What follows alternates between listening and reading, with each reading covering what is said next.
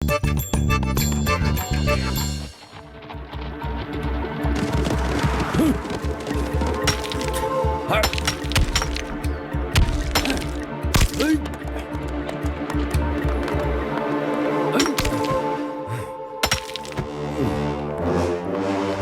দিন পর এই গুপ্তধনের সন্ধান তো আমি পেয়ে গেছি, কিন্তু আমি বুঝতে পারছি না এই পাহাড়ের কত ভেতরে আছে সেই গুপ্তধন। আমার অভিজ্ঞতা বলছে যে কোনো গুপ্তধন পেতে গেলে অনেক বিপদের মুখে পড়তে হবে সবাইকে। এই পাহাড়ের গুহার ভেতরে বুনো জীবজন্তু থাকতে পারে, অন্য বিপদও থাকতে পারে, এবং আমি চাই না আমার দলের মধ্যে কারো জীবনের উপর কোনো বিপদ নেমে আসুক। তাহলে আমরা কি করবো সর্দার জারগার? আমার এমন একজন সাহসী লোকের প্রয়োজন যে সব বিপদের মোকাবেলা করে রাস্তা পরিষ্কার করতে করতে ওই গুপ্তধনে পৌঁছে যাবে, আর তারপর আমরা ওই গুপ্তধন উদ্ধার করে নিয়ে যাব। সর্দার, আমার কাছে একবারে ফাঁকা খবর আছে যে ফুরফুরি শহরে মোটু পাতলু নামে দুইজন মানুষ আছে। ওদের সাহসের গল্প অনেক দূর দূর পর্যন্ত শোনা যায়। তাহলে ঠিক আছে, ওই মোটু পাতলু আমাদের হয়ে গুপ্তধন খুঁজে বের করবে। কিন্তু সর্দার, কাজের আগে যে বলে কিন্তু ফিন্তু, এই জারগার তাকে সারা জীবনের জন্য করে দেবে শান্ত শান্ত।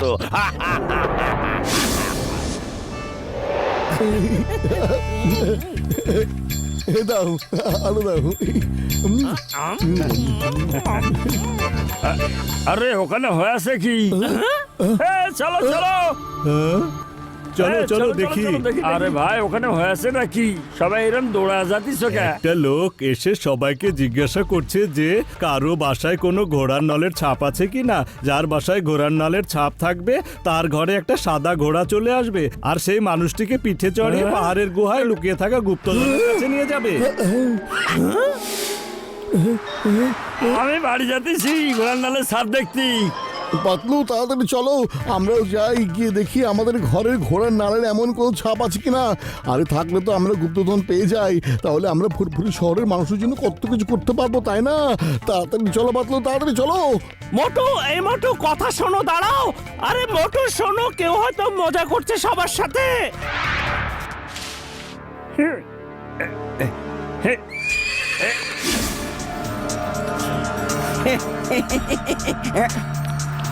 আরে মোটু দাঁড়াও, থামো বলছি। ছাপ, কি মজা! পাতলু দেখো, এই দেখো আমাদের ঘরের দরজার ঘোড়ার নালের ছাপ। এবার আমরা এই ফুরফুরি শহরের মানুষের জন্য কত কিছু করতে পারবো। ফুরফুরি শহরের চেহারায় বদলে দেবো আমি। দেখো দেখো তোমরা। আরে মোটু, এত খুশি হয়েও না তুমি। এমনও তো হতে পারে যে এই দুষ্টামিটা সেই লোকটাই করেছে। তাহলে কেমন হবে?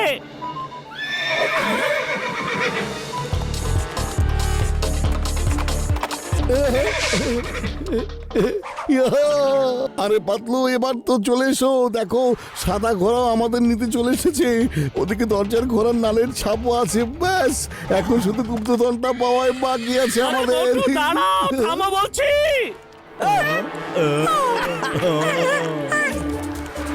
আরে মা, আমিও যাব। আরে আমিও যাব বন্ধু। হ্যাঁ, গুপ্ত গুপ্ত গুপ্ত গুপ্তধন।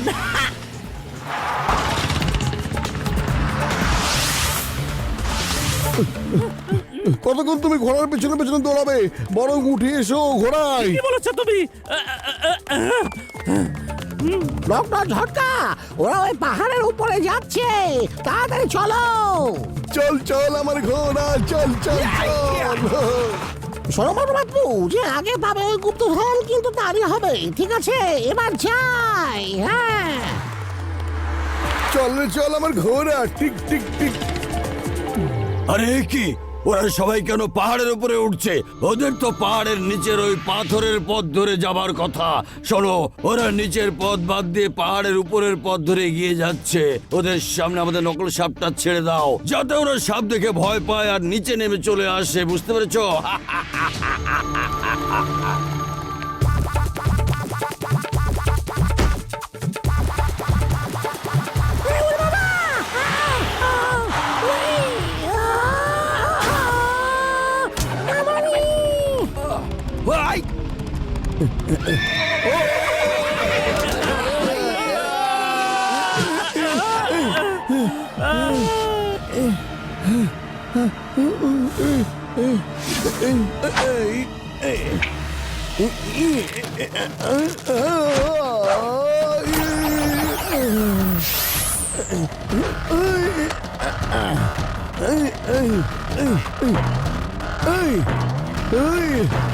আরে ধুর, এটা তো দেখছি একটা রাবারের সাপ। খামাকে সবাই মিলে ভয় পেয়েছে এতক্ষণ।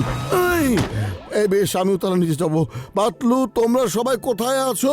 আমরা এদিকে নিচে।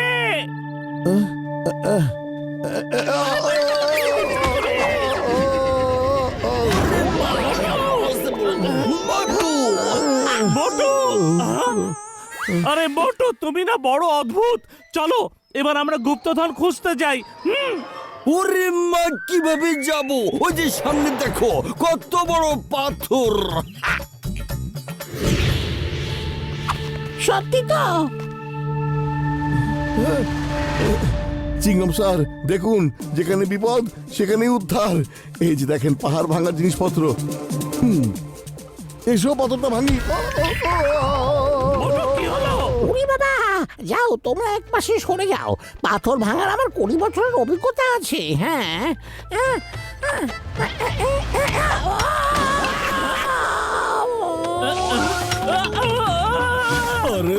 আরে বন্ধু, গায়ের জোরে তো চেষ্টা করে দেখলাম, কিন্তু কোনো লাভই হলো না। এবার একবার অনুরোধ করে না হয় দেখি কাজ হয় কিনা। আমাদের গুপ্তধন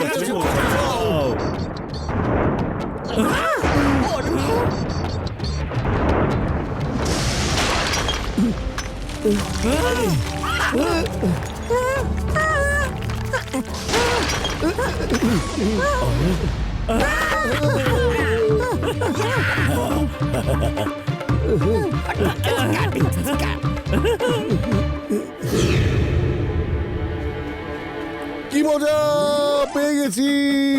এবার তো এই গুপ্তধন আমাদেরই হবে, শুধু আমাদেরই। দাদা দাদা, আমাদের বাসায় মানুষ হামলা করেছে আর ওরা এদিকেই আসছে। তোমরা ভয় পেও না, আমি এখনই আসছি।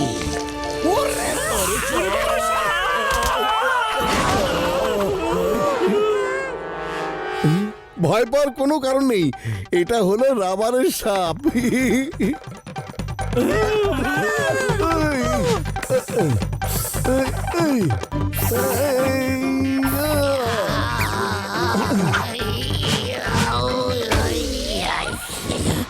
ওরা তো আমাকে ছুঁড়ে মেরে আমার মান সম্মানে 12টা বাজিয়ে দিল রে। এখান থেকে চলে যাওয়াই আমার জন্য মঙ্গলের। আমি যাই। খুব ভালো করেছো থাম্বা, তুমি একেবারে উপযুক্ত লোককে খুঁজে বের করেছো। মাকড়সা মাকড়সা, ওরা আমার দাদাকে এমন ভাবে আছাড় দিয়েছে যেন ওদের কোনো কিছুতেই কোনো ভয় নেই। আমাকে ভয় পায় না এমন কেউ পৃথিবীতে এখনো জন্মায়নি। দেখো কিভাবে ওদের আমি এখান থেকে বের করে দেই।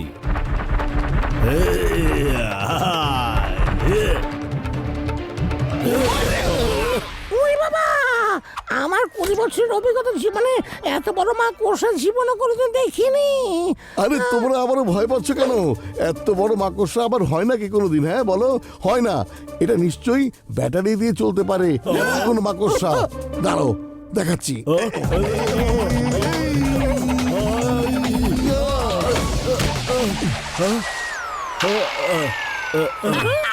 চলো উঠে বসো। ওরে বাবা, এই যে মাকড়সার রানী, কেমন মজা লাগলো ঘূর্ণিপাক। হ্যাঁ, এবার তুমি কষ্ট করে একটু গুপ্তধন পর্যন্ত আমাদের একটু পৌঁছে দাও না। ওরে বাবা, এ তো আমার মাথা একেবারে ঘুরিয়ে দিয়েছে। একে ভয় দেখানো তো কখনোই সম্ভব না। এ আসলে অনেক বেশি সাহসী। চলো চলো চলো চলো চলো মাকড়সার রানী।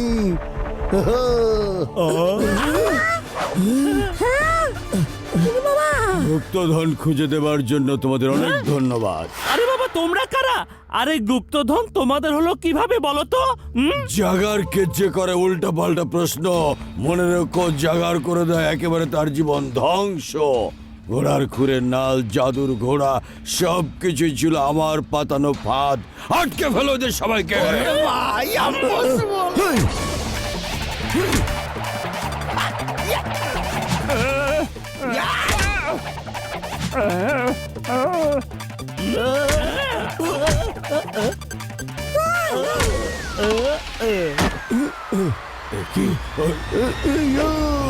কোথায় বেড়াচ্ছ?